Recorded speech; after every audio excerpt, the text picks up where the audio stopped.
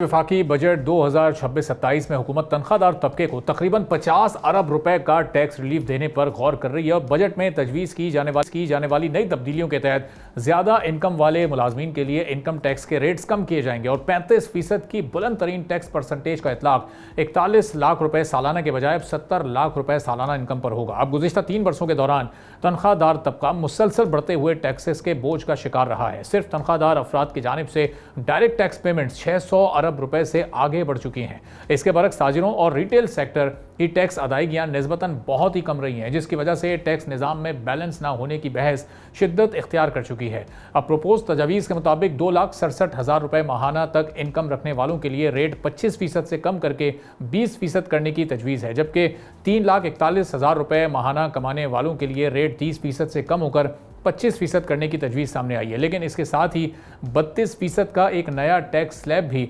Introduce करवाया जा सकता है। अब इस रिलीफ का सबसे ज़्यादा फ़ायदा दरमियानी और मिडिल हाई इनकम वाले मुलाजमीन पर होगा। मिसाल के तौर पर 4 लाख रुपए माहाना जो लोग तनख्वाह लेते हैं उन पर सालाना तकरीबन 1,30,000 रुपए तक उनकी बचत हो सकती है, जबकि 5 लाख रुपए माहाना इनकम रखने वाले मुलाजिम की सालाना बचत 2,30,000 रुपए से ज़ायद भी हो सकती है। लेकिन 1,83,000 रुपए माहाना से कम इनकम रखने वाले मुलाजमीन के लिए किसी बड़े रिलीफ का इम्कान फ़िलहाल नज़र नहीं आ रहा है, क्योंकि इब्तदाई टैक्स स्लैब्स में तब्दीली की तजवीज़ मौजूद नहीं है। अब दूसरे अल्फाज में ये बजट स्टेटस और क्लास डिफरेंस को शायद मज़ीद गहरा कर दे, यानी अमीर मज़ीद अमीर हो जाए और गरीब महंगाई की चक्की में मज़ीद ही पिसता चला जाए। हुकूमत को एक तरफ IMF के तहत टैक्सेस के सख्त टारगेट पूरे करना है, जबकि जो सैलरीड क्लास है उसके बढ़ते हुए इन सिक्योरिटीज़ को भी अब गौर करना पड़ेगा और देखना यह है कि कल जब बजट की अनाउंसमेंट होती है तो किस परसेंटेज में कितनी कमी की जाती है, और कहीं खुदा न खास्ता ये ना हो कि ये परसेंटेजेस अगर बरकरार रखी जाती हैं तो अगला माली साल भी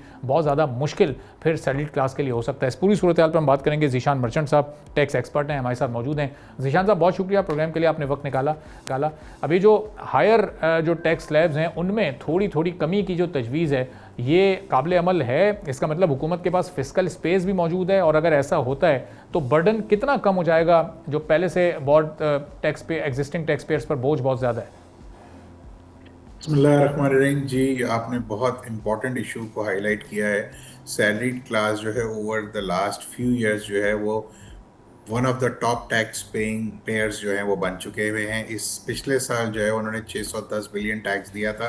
और इस साल जो अभी जून क्लोज होने जा रहा है तो मेरे ख्याल से ये तकरीबन 700 बिलियन के करीब ये टैक्स आ जाएगा। तो मैं ये समझता हूँ कि सैलरीड क्लास जो है सब वर्स्ट हिट क्लास है, और उनका टेक होम जो है वो बहुत कम हो गया है पिछले सालों के निस्बतन। अगर ये टैक्स रेट जो कम करने की बात हो रही है, जो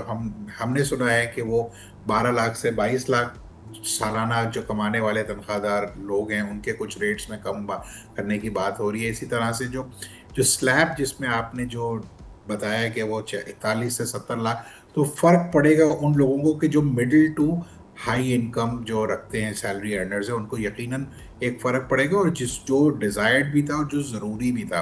क्योंकि आप ये देखें ना कि आपका इस वक्त जो टेक होम है वो बहुत कम हो चुका हुआ है पाकिस्तान के जो तनख्वाहदार तबके हैं। तो इसमें अगर ये करते हैं तो स्पेस तो पिछले साल भी मौजूद था और स्पेस तो इस साल भी मौजूद है, और अगर इसको ये यहाँ से कम करेंगे, क्योंकि 290 अरब अगले साल के लिए टैक्स का टारगेट हमारा बड़ा है,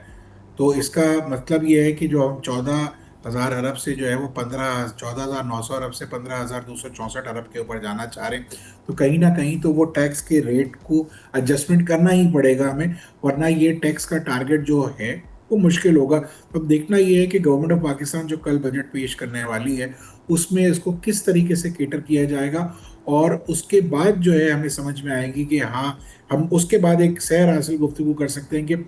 क्या हुआ और क्या होना चाहिए था। तो अभी तो मुझे जो खबरें जो हम सुन रहे हैं, जिस तरह से आपने भी बताया कि तनख्वाहदार तबके के लिए रिलीफ का वादा जो पिछले पूरे साल से किया जा रहा था, अभी भी उस वादे को दोहराया जा रहा है कि टैक्स रेट जो सैलरी टैक्स पेयर है उसको कुछ कम किया जाए। इसके साथ साथ मैं ये भी समझता हूँ कि सिर्फ टैक्स सैलरी टैक्स पेयर का टैक्स रेट कम नहीं होना चाहिए। जो इंडिविजुअल और जो पार्टनरशिप फर्म्स हैं, EOPs जिनको हम कहते हैं, उनका टैक्स रेट 49.5% है। उसके टैक्स रेट को भी और उनके स्लैब्स को भी रिविजिट करने की ज़रूरत है, क्योंकि ये स्मॉल मीडियम एंटरप्राइजेज जो होती हैं यही आपकी इकोनॉमी को किक स्टार्ट करने में बहुत कारामद रहती हैं। और ओवर द ईयर्स हमने ये देखा है कि जब टैक्स रेट्स कम होते हैं तो टैक्स की कंप्लायंस भी बढ़ जाती है और टैक्स पेयर्स के लिए मुश्किलात भी कम होती हैं। पिछले 2-3 साल में ये मुश्किलात में बहुत इजाफा हुआ है और अब जैसे फाइनेंस मिनिस्टर साहब ने भी कहा कि कंसोलिडेशन काफ़ी हद तक अचीव कर लिया है, मैं समझता हूँ कि अब ये वक्त आ गया है कि अब कुछ लोगों को रिलीफ देना चाहिए और इसके साथ साथ जो हमें अपने टैक्स के अहदाफ को जो हासिल करने के लिए कोशिश करनी है, तो उसमें जो वो जो नॉन फाइलर वाला एक तबका जिसको हम नॉन फाइलर टैक्स पेयर्स को नॉन फाइलर्स को हमने एक दर्जा दे दिया है, उसको खत्म करके उनको टैक्स के सिस्टम में लाने की बहुत ज्यादा जरूरत है। सही। तो अब जीशान साहब चलें, ये रिलीफ अगर मिलता है, परसेंटेज कुछ कम होती है तो ये बड़ी एक खुशाइंद बात होगी, लेकिन अब इस रिलीफ के नतीजे में फिर जो टारगेट है वो भी तो कहीं ना कहीं डिस्टर्ब होगा। अभी हम 11 महीने बाद इस फिस्कल ईयर में देख रहे हैं 800 अरब का शॉर्टफॉल है और फिर उसको हम PDL पेट्रोलियम के टैक्सेस लगाकर और उस सब के ज़रिए किसी तरह हुकूमत उस खसारे को पूरा करने की कोशिश कर रही है। अब जब ये टारगेट मज़ीद बढ़ेगा, हम अभी नए सेक्टर्स को भी टैक्स नेट में उस तरीके से नहीं लाएँ, एक्टिवेट नहीं कर सके, तो फिर ये अचीव कैसे होगा? 2-3 महीने बाद फिर IMF के पास जाएंगे, रिवाइज़ करवाएंगे टारगेट और फिर उसमें शॉर्टफॉल सामने आएगा। देखिए, मैं ये समझता हूँ कि इस वक्त जो ये टारगेट का शॉर्टफॉल है, ये इस जून के महीने में चूंकि एडवांस टैक्स की इंस्टॉलमेंट भी ड्यू होती है, तो मैं समझता हूँ कि यहाँ से जो है हमें फ़र्क तो पड़ जाएगा। और मैं ये भी समझता हूँ कि ये वंस जून का महीना पूरा होगा तो हमारे पास, आप जब रिवाइज बजट टारगेट देखेंगे तो हम उसके करीब करीब पहुंच भी जाएंगे। लेकिन अगर हम ये 14,900 की जगह हम ये 14,000 का टारगेट को भी अगर हिट कर देते हैं, तो ये एक बहुत बड़ी इन इट सेल्फ अचीवमेंट होगी कि डिस्पाइट लो ग्रोथ के और डिस्पाइट जो है वो चैलेंजिंग सिचुएशंस के, अगर हम 14,000 का टारगेट को या 14,000 अरब को जो है हम मीट आउट कर लेते हैं, तो इसका मतलब ये है कि अगर थोड़ी सी फिस्कल स्पेस प्रोवाइड की जाए, थोड़ा सा उन लोगों को सिस्टम में लिया जाए कि जो टैक्स नेट में इस वक्त नहीं है, तो ये टारगेट जो है हासिल करने में जो अगले साल का हदफ होगा, उसमें हमें बहुत आसानी हो सकती है। लो हैंगिंग फ्रूट्स बहुत सारे अवेलेबल हैं कि जिसको अगर इनकैश किया जाए तो मैं समझता हूँ कि टारगेट को आप आसानी कर सकते हैं। जो नॉन फाइलर्स हैं उनको सिस्टम में लाना बहुत ज़रूरी है। ठीक है। अब ये, लेकिन इससे टैक्स कलेक्शन हमारी कितनी बढ़ सकेगी अगर हम रिटेल सेक्टर को लेकर आ जाते हैं और उस पर हम थोड़ा सा बर्डन शिफ्ट करते हैं, एग्रीकल्चर सेक्टर को अगर हम लाकर उन पर भी इम्प्लीमेंटेशन करते हैं, रियल एस्टेट सेक्टर के पूरे पोटेंशियल को हम इस्तेमाल करते हैं अगर, तो इन सेक्टर्स में इतना पोटेंशियल मौजूद है कि यहाँ से कोई 600-700 अरब का हम कलेक्शन सालाना बढ़ा सकते हैं। मैं आपको एक छोटी सी एग्जांपल देता हूँ कि अगर रिटेल सेक्टर जो है, जिसमें ये कहते हैं कि 40 लाख के करीब रिटेलर्स हैं जो अभी सिस्टम में मौजूद नहीं है, अगर एक हम बहुत ही नॉमिनल अमाउंट 36,000 रुपये सालाना यानी 3,000 रुपये महीना अगर हम करते हैं